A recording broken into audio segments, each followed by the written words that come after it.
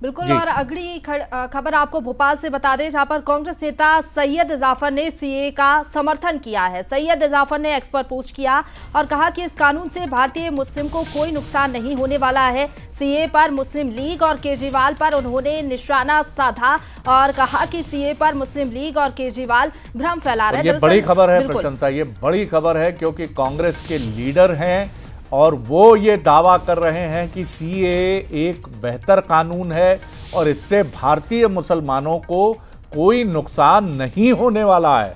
तो क्या सैयद जाफर साहब भी कुछ गड़बड़ तो नहीं करने वाले हैं?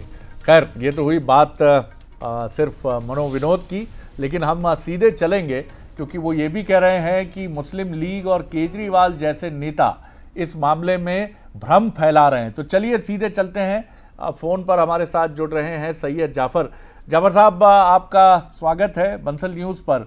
और बड़ा अलग तरह का स्टैंड है, मैं ये नहीं कहूँगा कि कांग्रेस से पूरी तरह मुख्तलिफ है, लेकिन आप जिस तरह बात कर रहे हैं एक राष्ट्रवादी मुख्य धारा में शामिल अक़लियतों की नुमाइंदगी करने वाले मुसलमान मालूम पड़ रहे हैं आप। पहला रिएक्शन आपका। जी।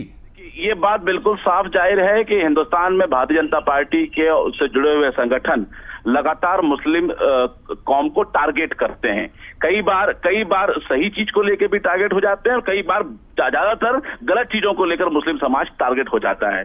अब सवाल ये उठता है कि जब सीए का कानून आया, मैंने सीए का कानून भी पढ़ा, केजरीवाल जी का पूरा बयान भी सुना और मैंने मुस्लिम लीग की पिटीशन को भी पढ़ा।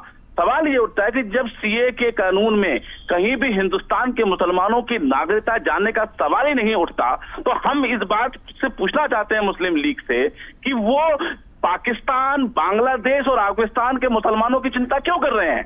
अगर उनको लगता है कि पाकिस्तान में, अफगानिस्तान में मुसलमानों पर अत्याचार हो रहा है, तो वहां की सरकारें तो मुसलमानों की सरकार है, वहां के रहनुमा तो मुसलमान रहनुमा है। तो मुस्लिम लीग और केजरीवाल को उनसे सवाल करना चाहिए।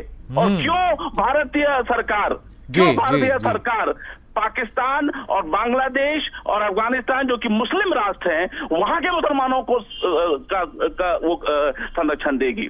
दूसरी बात, सबसे इंपॉर्टेंट चीज ये कि जो मुस्लिम लीग ये कह रही है कि वो कोर्ट जा रही है और कोर्ट में वो गई है, मैं उनसे कहता हूं कि अगर आपको लगता है कि पाकिस्तान में या मुस्लिम देशों में मुसलमान प्रताड़ित है, तो जो 57 मुल्कों का जो OIC मुस्लिमों का एक बड़ा संगठन बना है, उन्होंने बात वहां क्यों नहीं पहुंचाई?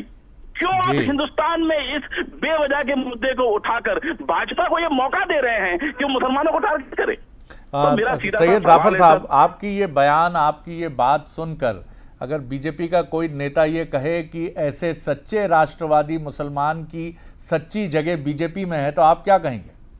देखिए, सवाल ही नहीं उठता। मुझे 30 साल कांग्रेस पार्टी में NSY से छात्र संगठन से काम करते हो गए। 15 साल से लगातार मैं श्री कमलनाथ जी जो कि पूर्व मुख्यमंत्री रहे हैं मध्य प्रदेश के लिए, उनके लिए काम कर रहा हूं।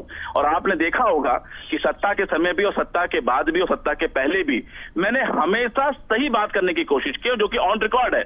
आज भी आपके चैनलों की जो खबरें होंगी उसमें आप देख लेंगे। सवाल यहाँ पे कांग्रेस और बीजेपी का नहीं है, सवाल है यहाँ पर राष्ट्र की एकता का, सवाल है यहाँ पर वर्ल्ड में सबसे ज्यादा जनसंख्या वाले मुस्लिम समाज का, जो कि बीजेपी में बेवजह टारगेट होता है। लेकिन फिर भी एक बहुत कलेजे का काम है जो आपने किया है और अच्छा लगता है कि कई बार, क्योंकि जिनको फॉलो करते हैं 30 साल की अपनी राजनीति में कमलनाथ, उनके लिए भी और कई बार वो भी चुनौतियों का सामना करते हैं, ख़ासतौर से हिंदुत्व के मसले को लेकर जो उनका रुख है। और इसी तरह आपने भी अपने रुख से ये बताने की कोशिश की है कि भारत के मुसलमानों के लिए CAA कोई चुनौती नहीं है। मुस्लिम लीग और केजरीवाल जैसे नेता भ्रम फैला रहे हैं। अगर उन्हें कहीं कोई ऑब्जेक्शन अगर उनके मन में था, तो वो मुसलमानों के उस इंटरनेशनल समूह की तरफ रुख क्यों नहीं करते हैं जिसमें 57 कंट्रीज़ हैं, जिसमें मुस्लिम बहुतायत मुल्क जहां आबादी ज़्यादा है, वो लोग शामिल है। बहुत शुक्रिया सैयद जाफर साहब का। एक बड़ा अलग तरह का स्टैंड, एक बड़ा अलग तरह का बयान जो बेशक चर्चा में होगा। अगली खबर